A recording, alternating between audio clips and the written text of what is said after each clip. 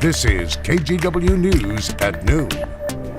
We begin with video out of Minnesota this noon, where 5 drug task force officers were shot and wounded. They were serving a search warrant at a home outside the city of Princeton, some 50 miles northwest of Minneapolis. The sheriff's office says there was an exchange of gunfire between the suspect and police. The suspect was also injured and was taken to the hospital. We do not know his condition. The injured officers are also in the hospital, and they're all expected to survive. Here in Portland, the man accused of a deadly shooting downtown will make his first court appearance at 2 o'clock. The suspect, 46-year-old Jeffrey Hammond, is facing several charges, including murder. Catherine Cook talked to witnesses who say this started as a case of road rage. I held a man's hand as he died in downtown Portland. Alyssa Eisenstein-Kruger is stunned after what she witnessed Wednesday afternoon. I don't even know what to say, what to think. Just after 4:30, police responded to gunfire at Southwest 10th and Alder. They found one man dead and another injured. Not long after that, they took someone into custody. It's traumatic. It's horrific. This woman says she witnessed both shootings and for that reason asked that we not identify her. She told police it looks like what happened started with road rage. She took this photo and says the suspect was pulled over in this black Mercedes. She says the victim pulled over too and walked up to the driver's side window. And I thought it was odd that he had jumped out of his car and left his car door open. And that's when the driver of the shooter lifted up the gun and he shot him. And he shot another gentleman on the sidewalk and then fired again the third time. And then he took off around the corner. The witness says it appeared the second victim had nothing to do with the incident. Alyssa saw that man first. I saw there was a guy on the ground who had been shot in the leg and screaming, and people were trying to help him. Medics took him to the hospital with non-life-threatening injuries. All around, people called 911 and did what they could to help the first victim, including Alyssa. But in the end, it wasn't enough. I ran into Jake screaming, "Is there a doctor?" It was taking forever for the emergency people to come. And then I just sat there and held his hand, and he passed. Catherine Cook, KGW News. We will have a reporter at the arraignment this afternoon, and we're working to learn what we can about the victims. Watch for updates starting on the news at 4 o'clock.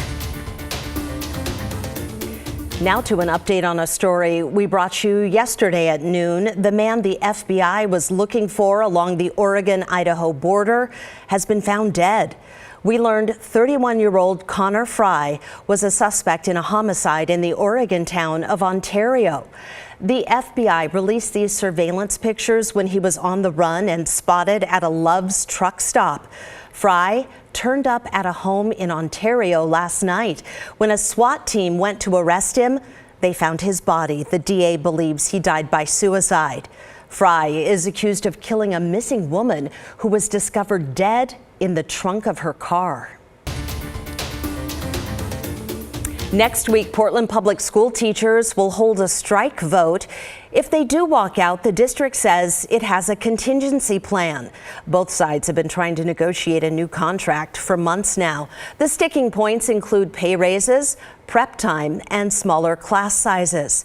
To pay for that, the union wants to slash administrative costs and dip into some reserves. But the district says that won't work. There is not enough money in administration or enough money in our fund balance to close that gap. The district needs to come to the table with real solutions, not just no's. PPS says it would have to come up with an extra $230 million to meet the union's demands. If teachers vote to strike, they'll give 10 days notice before walking off the job. This noon, Kaiser Permanente is back at the bargaining table with union leaders for striking pharmacy workers. They couldn't reach a deal yesterday on a new contract. Union workers walked off the job October 1st on a 3-week strike. They're asking for more pay, more staff, and better benefits. After today, the next bargaining session is scheduled for Monday. Have you seen this girl? Hubbard police say she may be in danger. Her name is Anna Lisbeth Rojas Rangel, and her family hasn't heard from her for almost a week. Police think she may be in the Vancouver area with a 24-year-old man. They may be in a black Cadillac Escalade with Oregon license plate 865 LRB. If you see the teen or that SUV, contact Hubbard Police. And take a look at this. It's a small tornado in Le Center. A viewer sent us the video yesterday afternoon. The National Weather Service confirms that it was on the ground for less than a minute and caused no real damage, just blowing over a basketball hoop and some trash cans. Glad it wasn't any worse, but gee, that video, it does look ominous, Rod. Oh, absolutely. I mean, it's a weak tornado unless it's the one right in front of your house, right? Right. Again, as you mentioned, literally on the ground for seconds, and then it popped back up. Remember, yesterday we had that ongoing chance for some thunder and lightning, so we were seeing instability.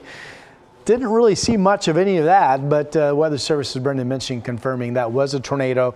The report came in at 2:40 yesterday afternoon, about a mile northwest of Le Center. Well, I would say there's no storm chance today. Look at this. Gorgeous weather. Cannon Beach has basically been sunny since the sun popped up, 59 degrees.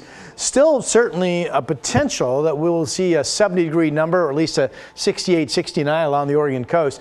All of our cameras are now showing some clearing. Here's the Oregon Veterans Home camera out in the Dalles. This was cloudy earlier this morning as well, 62. Winds are still light. We are expecting easterlies in the gorge to pick up with maybe some gusts into Hood River, for example, of 20 or better this afternoon. Not as sunny here, but starting to break up. This is the Dundee Hills Domain Serene Wineries camera. It was really foggy there for hours and hours and hours this morning.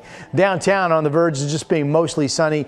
We're at 64. You have to like our chances of hitting 70. Our dry weather will go through tomorrow morning, and then rain chances are back in my complete forecast coming up. All right, Rod, thank you. KGW took a deep dive into a hidden flaw in Tesla EVs. The troubling phenomena is called phantom braking, and in one case, it proved deadly. Here's investigative reporter Kyla Boshi. What you're about to see is a fatal crash after Tesla unexpectedly comes to a near stop on a Missouri freeway. Notice traffic whizzing by, when suddenly the car is rear-ended. The phenomenon, known as phantom braking, has been documented in countless videos shared by Tesla owners.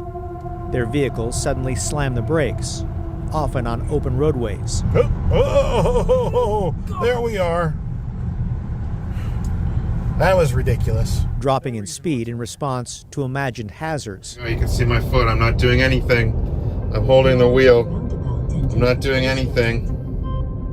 I'm on the highway. I'm on the highway. You seeing this?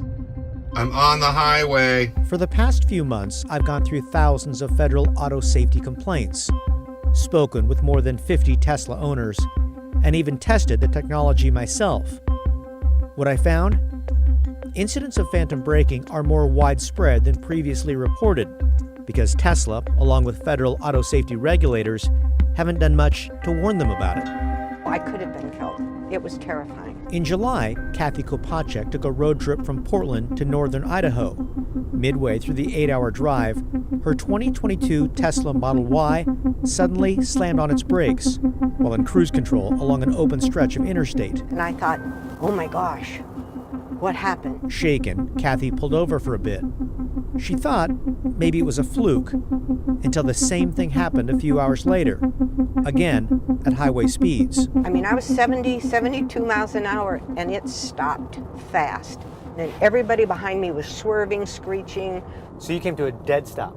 About 10 miles an hour. I think I went from 72 down to about 10 where I was barely crawling. So it's like there was something in front of you and it said stop? Yes.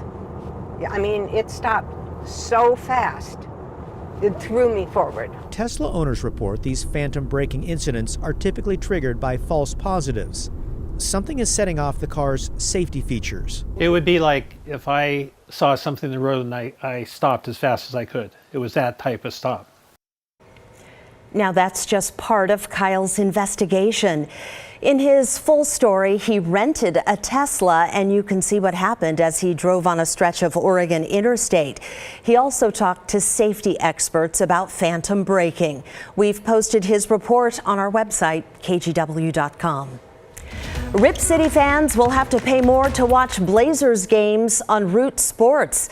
Xfinity just removed the network from its standard package. That means you'll have to pay about $20 more a month to catch the games. The Blazers put out a statement yesterday saying they didn't see this coming and they're exploring their options. Here's longtime sports columnist John Canzano. You ultimately have to hold the Blazers accountable for this, because you've seen some NBA teams in other markets like Salt Lake City and Phoenix in particular that have gone out of their way to place their games over the air so everyone can watch them. There are other options to get Root Sports, including Fubo and DirecTV. The Blazers, by the way, played their second game of the preseason tonight at Moda Center against the Phoenix Suns.